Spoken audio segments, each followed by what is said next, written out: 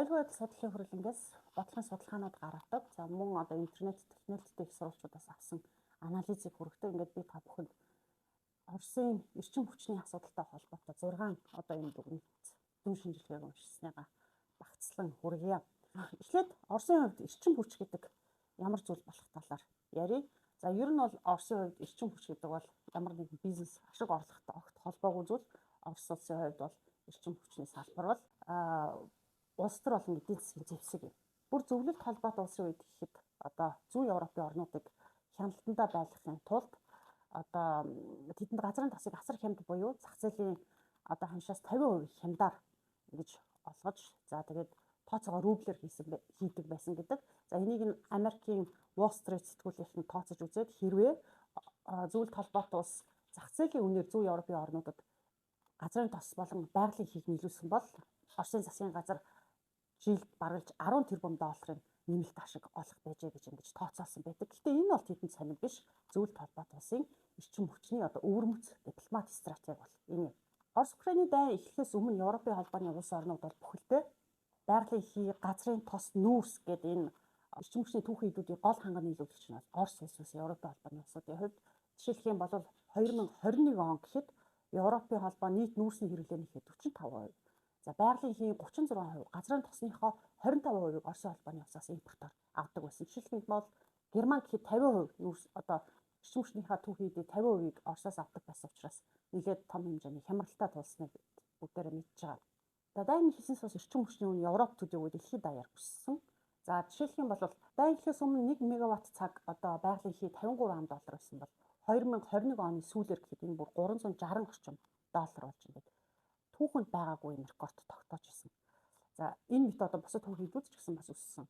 За эрчим хүчний үнийн өсөлт нь одоо шууд болон шууд бусаар өрхийн одоо зарлагад бол бас их нөлөөлсөн. За хамгийн хүндэр нөлөөсөн улс орнуудын тоонд манай Монгол улс багтдаг өрхийн одоо зарлага нь 176%-аар нэмэгдсэн гэдэг ийм тооцоолол байдаг.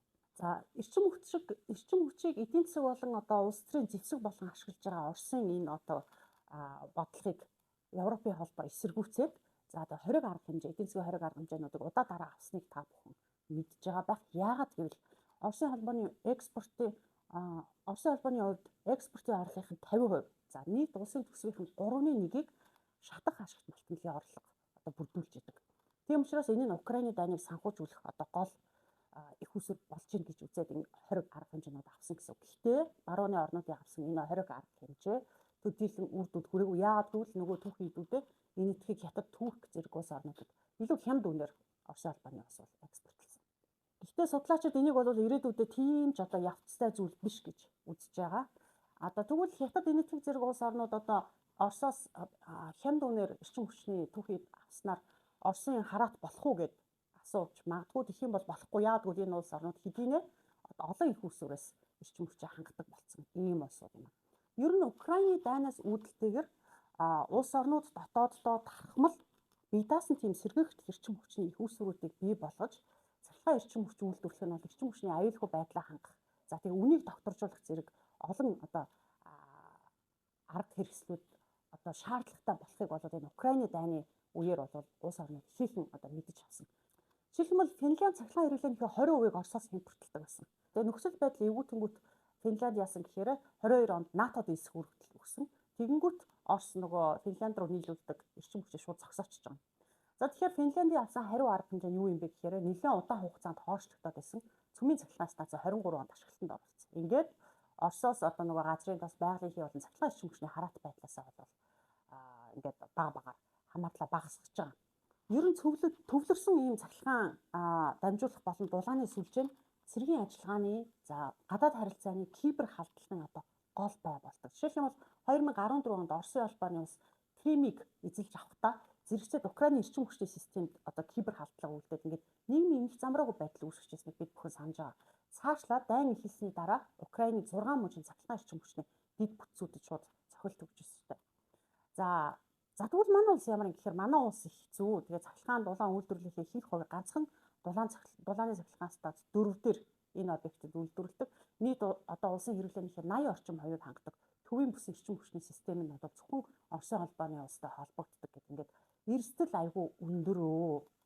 Тэгээ одоо эрсдлээ яаж бууруулах вэ гэдэг талаар ярьж бодож байгаа хүн ч алга байна. За энэ бол сүүлийн өгүүлбэр бол миний бодол шүү. За одоо тэгвэл Монгол улсын нутаг дэвсгэрээр дамжин өнгөрөх болсон одоо байгалийн хий хоолойн талаар ярихынхаа өмнө Хятад Оросын одоо их Хятад Орос хоёр холбогдох гэдэг байгаа шүү дээ. Тэгэхээр Хятад Оросын эрчим хүчний одоо хамтын ажиллагаа нь ямар юм бэ гэдэг талаар товчхон яриад байгаа. Ер нь бол Хятад улс газрын тос байгалийн хий импортоор 5 чиглэлээр хүлээж авдаг. Баруун хойд талдаа Төв Азийн 5 орноос, за зүүн хойд талдаа Оросын холбооны улсаас, баруун өмнөд талдаа Пакистан ба Мянмараас, за тэгээ зүүн өмнөд талдаа Африк, Австрали, Өмнөд Америк, за тэгээ Булангийн орнууд гэдэг ийм 5 чиглэлээр эрчим хүчний зах зээлээ одоо хангадаг. Орос Хятад хоёрын хувьд гэх юм бол 2011-2018 онд ашиглалтанд орсон газрын тос дамжуулах хоолойн хоёр төсөл байгаа. За зүүн чиглэлийн байгалийн хий дамжуулах 30 жилийн хугацаатай 2014 онд зурагдсан ийм хий дамжуулах хоолойн төсөл байгаа. За тэгээ Ямал шингэрүүлсэн байгалийн хий төсөл бас байгаа. Атомын цахилгаан станцын төслөө, цахилгаан шимжлэлийн төслүүд гэдэг. Энэ хоёр орны хувьд бол эрчим хүчний тал дээр бол маш их хамтын ажиллагаатай. За одоо тэгвэл Сибирийн хүч бол манай улсын газар нутгаар явах гэж байгаа Сибирийн хүч 2 гэдэг энэ төслийн талаар товч яриа. За энэ бол 30 жил орчим яригдж байгаа төсөл манай улсын нутаг дэвсгэрээр дамжуулах талаар. За 90 оны сүүлийн хагасаас энэ асуудал яригдж эхэлсэн гэж болно.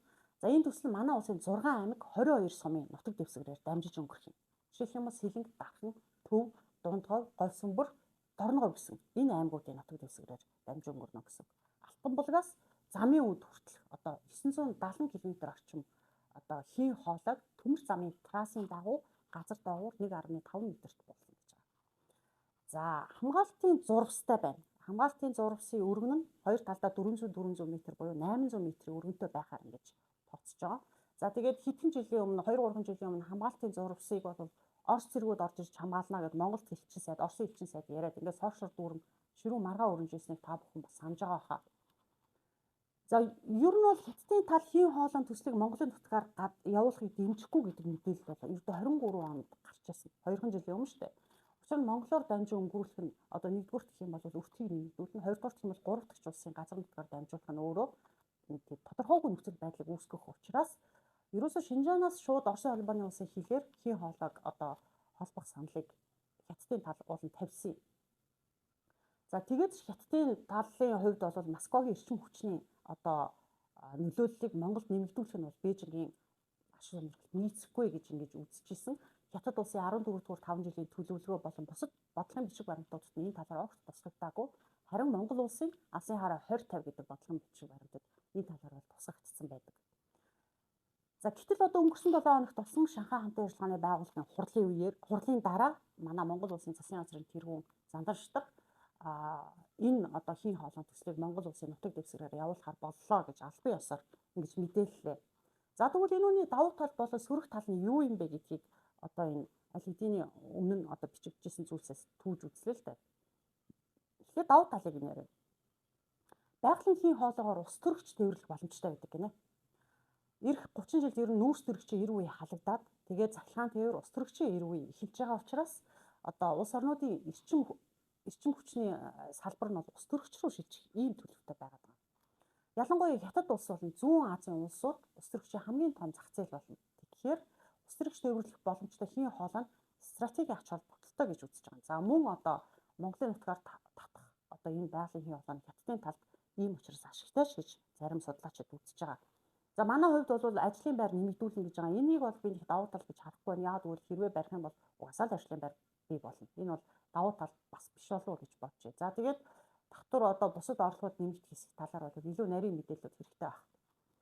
За тэгвэл эрсдэл нь юу юм бэ? Нэгдүгürt хоёр өршөөс манай улсад үзүүлэх улс төрийн нөлөөлөл одоо энэ хий хоолойгоор дамжиж одоо энэ хий хоолой нь өөрөө ийм улс төрийн нөлөөллийг хэрэгсэл болж болцсохгүй гэж байна. Жишээлбэл Шанхай хамтын ажиллагааны байгууллагт манай улс эсэс өөр аргагүй ийм нөхцөлд хүрнэ гэдэг ийм эрсдэл байна. Хоёрт нь бол импортын түүхий эдээс хамааралтай болох эрсдэл буюу эрчим хүчний хараат байдал маань дахиад нэмэгдэх ийм эрсдэлтэй байгаа.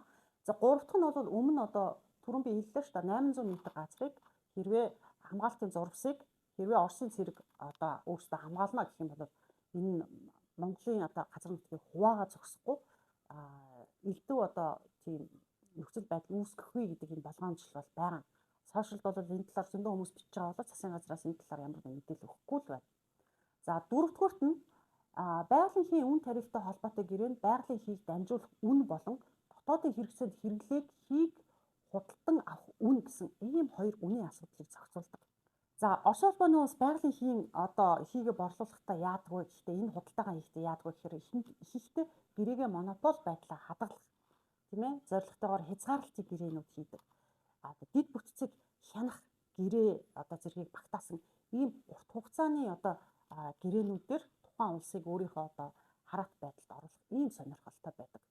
За мөн дамжуулагч талтай хамтарсан компани байгуулж улмаар түүнийг худалдаа авч бүрэн өөрийн эзэмшил болгох ийм оролдлогууд хийдэг ч ийм туршлагууд байгаа.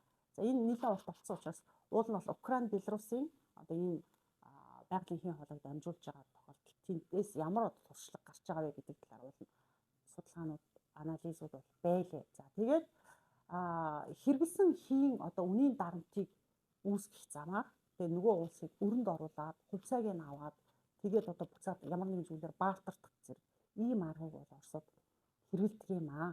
За тэгэхээр цаашдаа яах юм бэ гэхээр байгалийн эхий дамжуулах хоолойг барихдаа оролцогч талууд эхийн хоолой бүтээн байгуулалт, эзэмшил, ашиглалт, аюулгүй байдлын хамгаалалт, за тэгээд техник технологийн болон менежментийн шинжилт өөрчлөлт, үн тариф тогтоох, маргаан шийдвэрлэх зэрэг олон асуудлаар энэ харилцан тохиролцдог. Тэгэхээр энэ олон тохиролцоонуудыг бол манай улс хийх бахаа гэж найдаж байна.